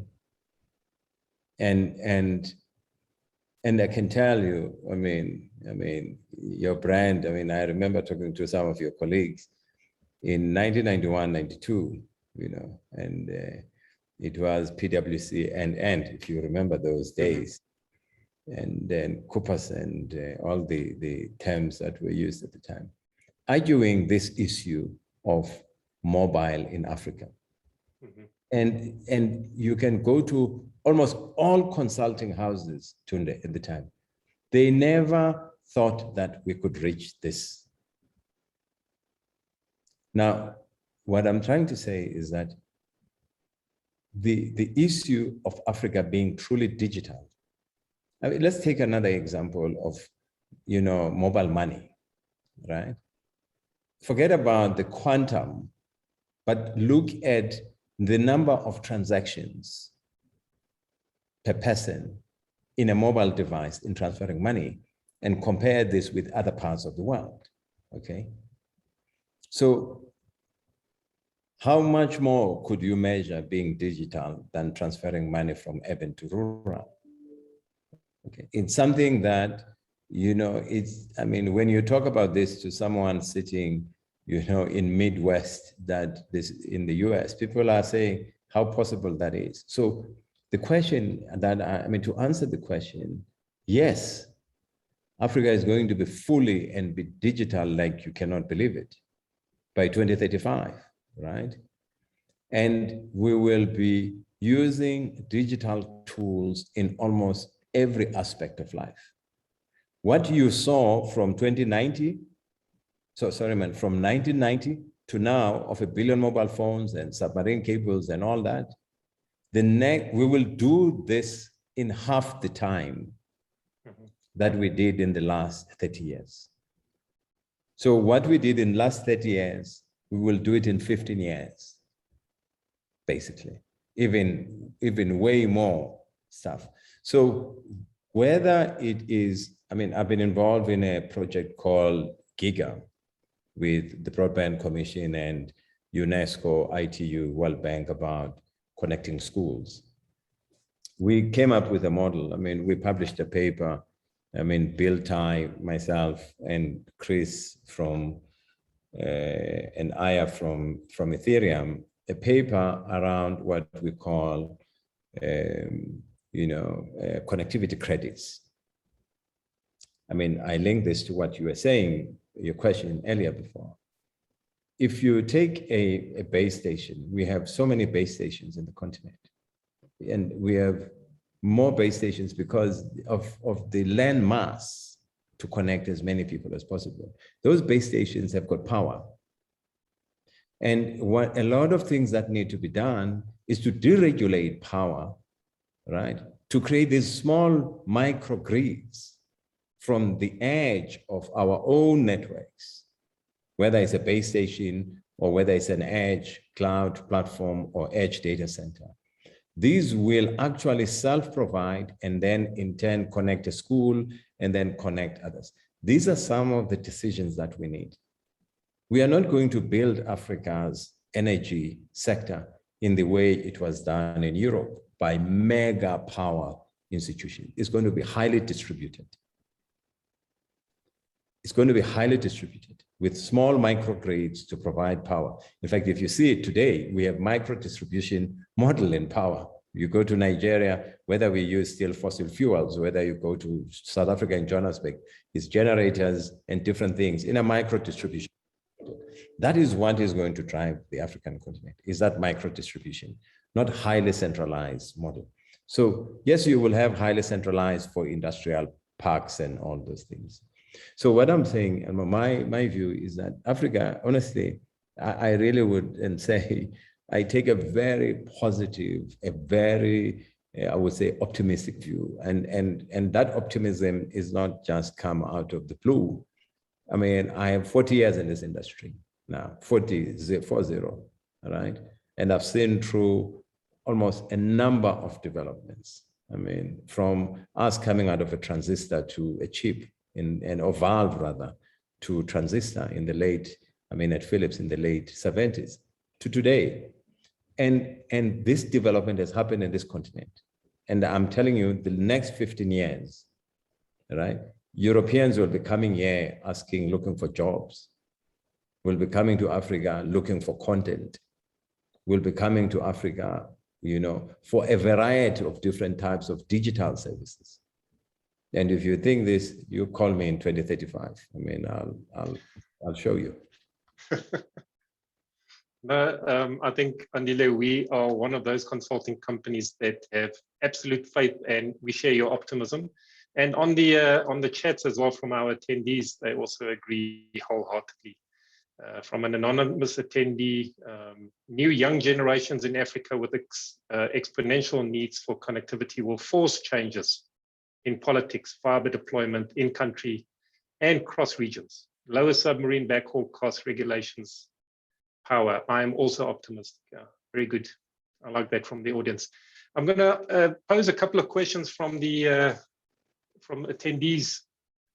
From Ola Tola, we also need to start thinking outside of the box in terms of solving the challenges of connectivity and data centers. It's obvious that traditional methods to connectivity or electricity builds are not enough to bridge the digital divide.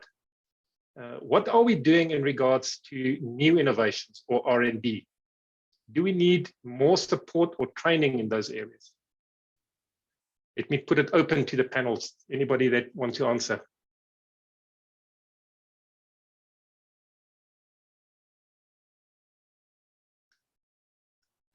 I'll give it a quick shot. I would say that go and look at GitHub and see activity from Nigeria on GitHub, right? Then you will understand that there's innovation here. Go and look at, for instance, trading in Bitcoin and look at where the majority of, or the second or the third largest trade is coming from, right? Go and look at, go to, a company called Brighter Bridges. They publish startups basically in the continent. Have a look at a number of startups that are being built in the continent. So there's innovation here. There's IP being built in the continent. I mean, the unicorns that are going to come here are going to surprise people in West Africa, East Africa, and Southern Africa. I guarantee you. It's happening today. We see it in the market as investors. I mean, some of the innovation that's coming in the continent, it's unbelievable. And I'm not saying this just for the sake of it. I mean, I sit with a lot of young guys who do innovation and software development. I mean, Africa is on the cusp of something. And the only thing I can say to people, don't be caught by surprise having been living here, because maybe you just were a pessimist, you didn't believe, this is happening. Thanks, Andile. There's somebody else that posed a question to you, Andile. Do you think African governments can contribute greatly through enabling environment and policies to speed up the IP exchange that you mentioned?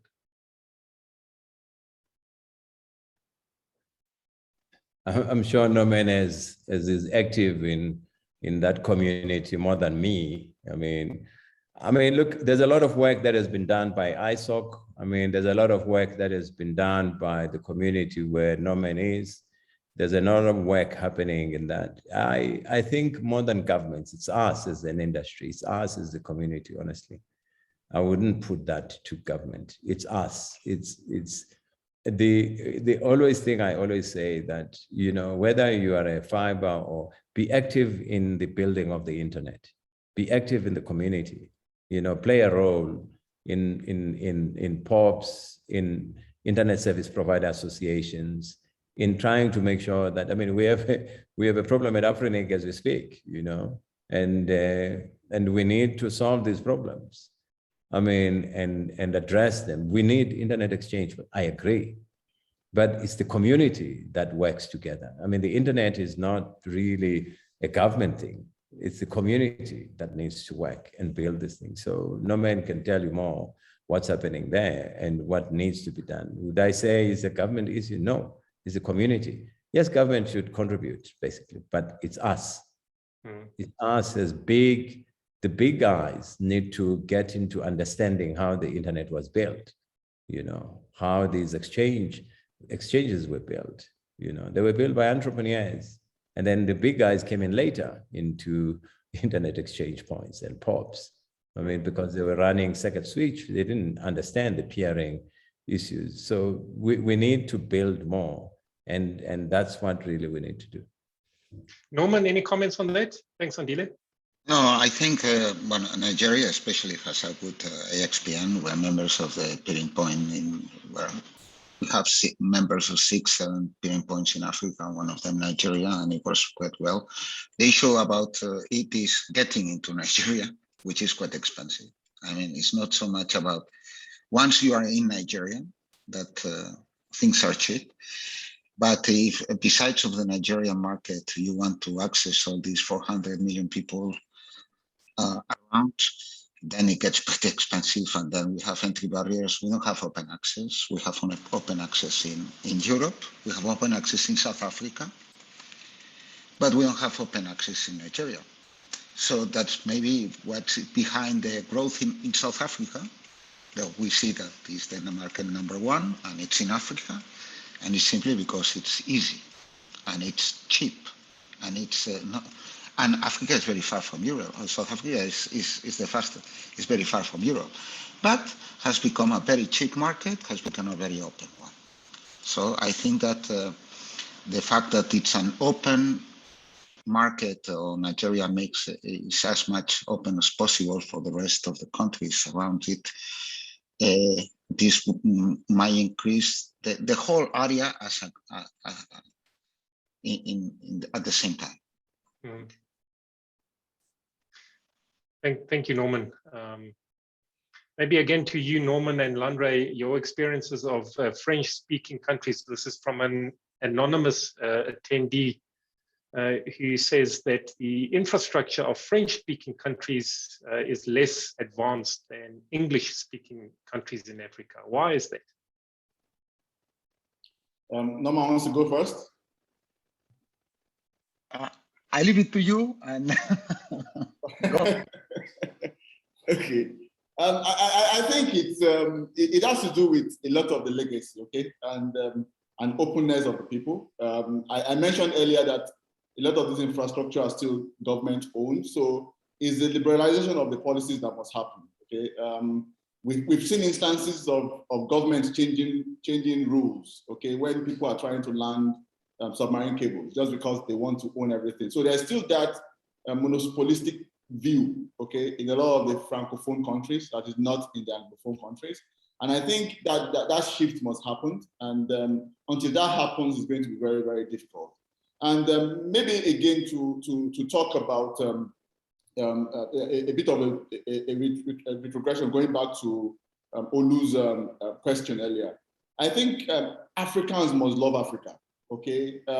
It is important that we love our continent.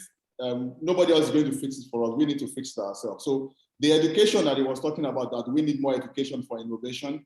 I think Africans must believe in themselves, and they must believe that we can get to do it. So coming back to the issue of francophone and anglophone, I think it's just a mindset issue, and I know a lot of the francophone countries are also moving in that direction to try and liberalize a lot of things. We've seen a lot of open access providers going into Gabon recently, okay, and that is also happening in some francophone countries too. It's going to take a long time, but that's what C-Squared is here for. We are open access wholesale provider, and we're talking to a lot of these governments to get things done. C-Squared actually just got a license in the Democratic Republic of Congo, okay? It's a francophone country, and we'll be doing very great things there. So watch this space. Excellent. Thank you, Landry. Norman, anything to add? No, I want to separate between francophone and anglophone. I think this is a little bit I will separate it between landlocked and countries that are not landlocked. Okay, I think landlocked countries, they have especially issues. Let's say that services are more expensive. Everything gets much more complicated in landlocked countries because they depend on some of the other countries. And we have all types of landlocked countries, from Ethiopia, which is a huge landlocked country, okay, to Mali, Burkina, Niger, Chad, etc. Okay, to countries which they have access to the ocean, and then let's say that they don't have entry barriers that some other countries. So I will put the difference more in that aspect than in the origin of the language or on the culture. Mm-hmm. Thank you, Norman. Yeah, I think it's a good point. Susan, I want to ask you a difficult question from Adetunji. Why is data and telephony services so expensive in Africa? Is it a case of too much levies by our government or lack of incontinent capacity that matches demand? Great question. Yeah. Susan, what's your view? Thank you, Elmo. That's a really good question. And I think that's what all of us are looking to change in the next coming years. And once that changes, then we'll see the benefits accrue to the people. As to why I feel that data is so expensive in Africa. First of all, it's the setup that we have in most African countries. We do still see a lot of protectionism in our markets. We see that a lot of governments are still not allowing open and liberalized entry by data providers. We're still very much protecting the local operators, the incumbents. And obviously we know that this comes with a lot of restrictions and a lot of, for lack of a better word, inexperience. And we see that ultimately it doesn't help the markets. What I think the governments need to do is to be a bit more open-minded, allow for dialogue with business. And when I say business, in this case, I mean data providers, allow for data to come in across borders so that the data would come obviously at wholesale prices, and then that would obviously impact on the prices within the country. We've seen a lot of changes in Zambia happening within a very short space of time when the restrictions on international gateway were lifted. We saw the price of data come down by about 70% in just a matter of months. It means that there's a lot of opportunity to grow. So the governments need to be a bit more open-minded, allow for dialogue and allow for further opening of markets and allow for wholesale providers to enter markets and be able to provide the service to local licensed entities. We would be able to see a change, and obviously the benefits would trickle down to everybody else. Yeah, perfect. Yeah. Thank you, Susan. Yeah. Maybe a question here from Farai. I'm just curious to hear from the panel their thoughts in terms of strategy when it comes to the fact that we have to both cover the gap and catch up as technology keeps on evolving. What stops us from coming together and harnessing our young people to develop future capabilities like in quantum tech, whilst we also invest to build the infrastructure we need to get to that future? Anybody has an interest to answer that? Yeah, I mean, if I try, I mean, there is availability. I mean, AWS has a product called AWS Bracket, which is a quantum computing product, right? I mean, even if you go to the marketplace of Azure, they do have quantum computing products, same as GCP. They have, you know, TPUs more focusing on quantum. So I think, I mean, today you can actually buy, you know, libraries and tools if you want to do development using quantum machines or quantum dots if you want. I mean, Bracket and the other two, and Azure and GCP. If you go to both three of them's marketplaces, you will find, you know, that they do sell, you know, quantum machines. And it's something that, you know, are there people doing this? I mean, there's a group in the continent called One Quantum. I mean, these are young guys who are focusing in developing quantum products and quantum solutions. So yes, I mean, there is a quantum community, quantum computing community in Africa, basically looking at developing quantum solutions. Both, I mean, IBM has a platform in Johannesburg with Wits University and a number of other universities. So there is quite an activity in the quantum computing space in the continent. But Andile, what is keeping our young people from getting involved there? You know, is it something to do, is that what the Fourth Industrial Revolution commissions and bodies are trying to achieve, is just getting awareness and educating our young people? No, I mean, it's available. I mean, you can Google One Quantum. I mean, it's run by a young guy who lives in Zimbabwe, Farai. I mean, there are sessions happening every week to debate and discuss. Okay. I mean, yeah, you know, One Quantum. I mean, anyone in the call can join One Quantum if they want.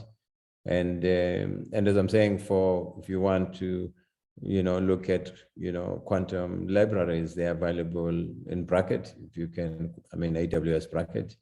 as an example. So there are young people, these are young people in the continent who are involved in this. It's not old guys like me and Landre and Tunde, you know, but it's young guys who are driving this, I can tell you. I'm hearing, Andile, that there's lots happening on the continent. People are not, they don't know about everything. Yeah. No. Maybe a last question, given where we are on time, and this is a comment question from Michael, saying that the sands are shifting across the continent, you know, because technology itself is pushing and disrupting, and advances keep coming. You know, so I think the lead time on investment from a government standpoint is so long, and you may start on a project and technology may change, you know, 3 steps ahead of you before you even finish. And you know, he sees the partnership and investment by private sector is the way out. So absolutely agree. I think the thesis of this session today. So then the question to you, and I want comment from all the panelists if we have time. You know, what do we do to make private sector investment flourish? What ingredients are needed? And we've got very little time, so maybe a 30-second answer from each panelist. Let's start with you, Andile.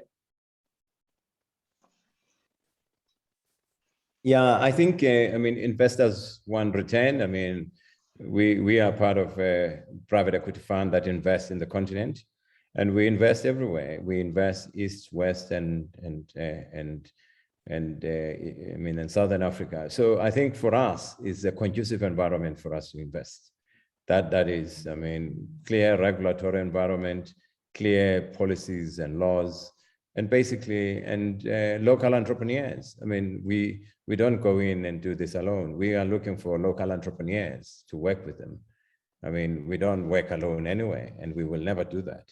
It's that relationship. It's local entrepreneurs to partner with, and a conducive regulatory environment, not just telecoms, but tax, economy, basically. That's what is critical. But local entrepreneurs are the people who will drive local economy. Those are the people who work with, we partner with. Thanks. Great, thanks, Andile. And Norman?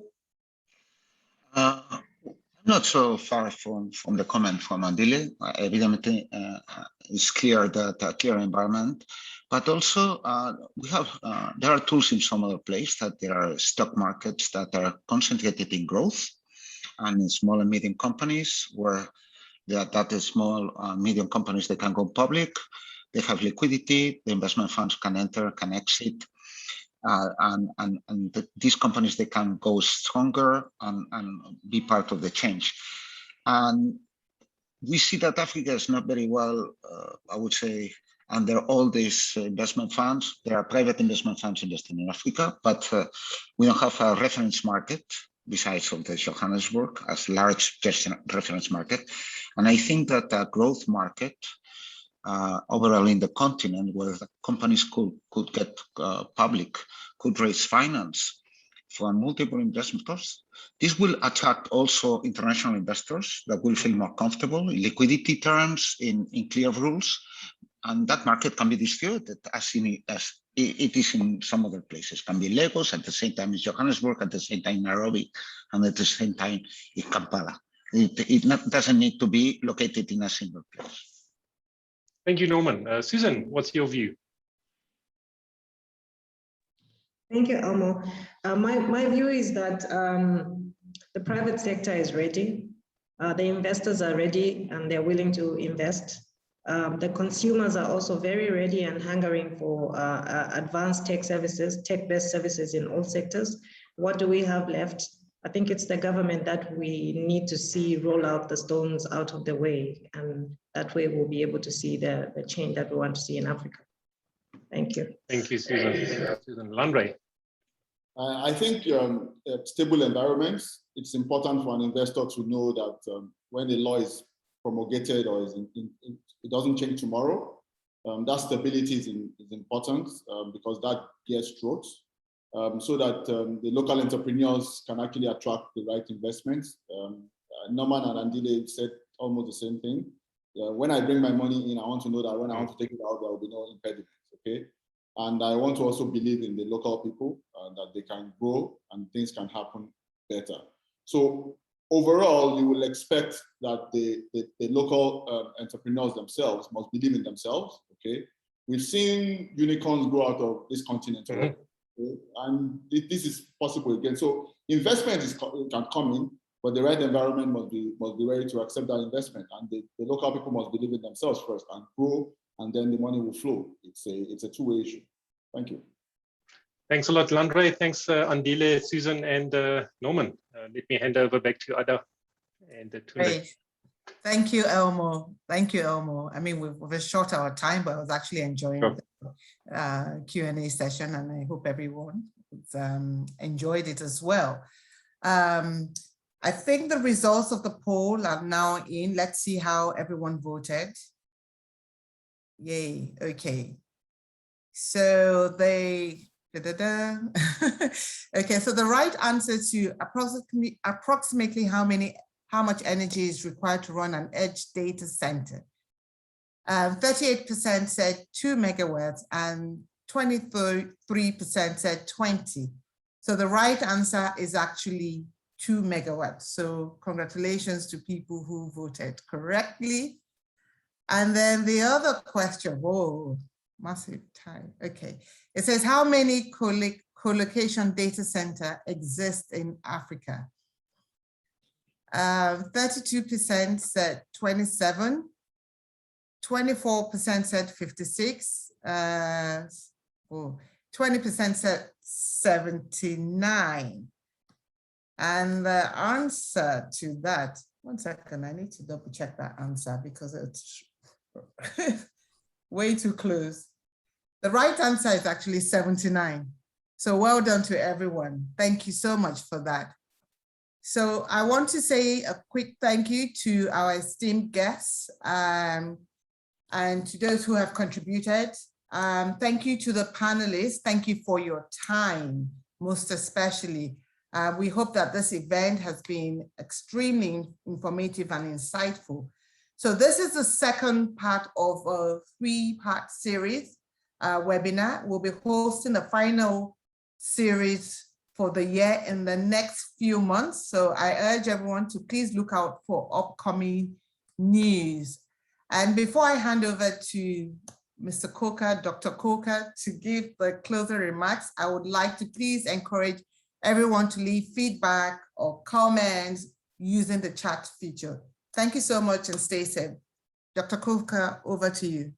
Thank you very much. It's been a fantastic 2 hours. I'm conscious of time. I'd like to really thank all the panelists. Great program director, Ada. Thank you very much. And most importantly, everyone that attended this webinar. You know, I love the Africa 1, 2, 3, Africa 4. And I just very, very quickly give an analogy. If you look at the Industrial Revolutions, it took 110 years to go from first IR to second IR, then 99 to go to third IR, and then 36 years from 1969 to 2005 for third Industrial Revolution. If you notice, times are compressing. So the fourth may actually really compress from 2005 to even 2025. And what an opportunity for Africa to be the real fifth Industrial Revolution powerhouse. From what everyone said it could look like it. See you in 2035. But before that, we've got the content webinar, which will be really interesting. Content is going to be a key part of growth in Africa. And that needs all of this infrastructure for that sort of growth engine to come in. So I'll leave you with those thoughts. Thank you very much to everybody. Trust is very important. Let's not forget that. And see you at the next session. All the best. Thank you. Bye. Thank you.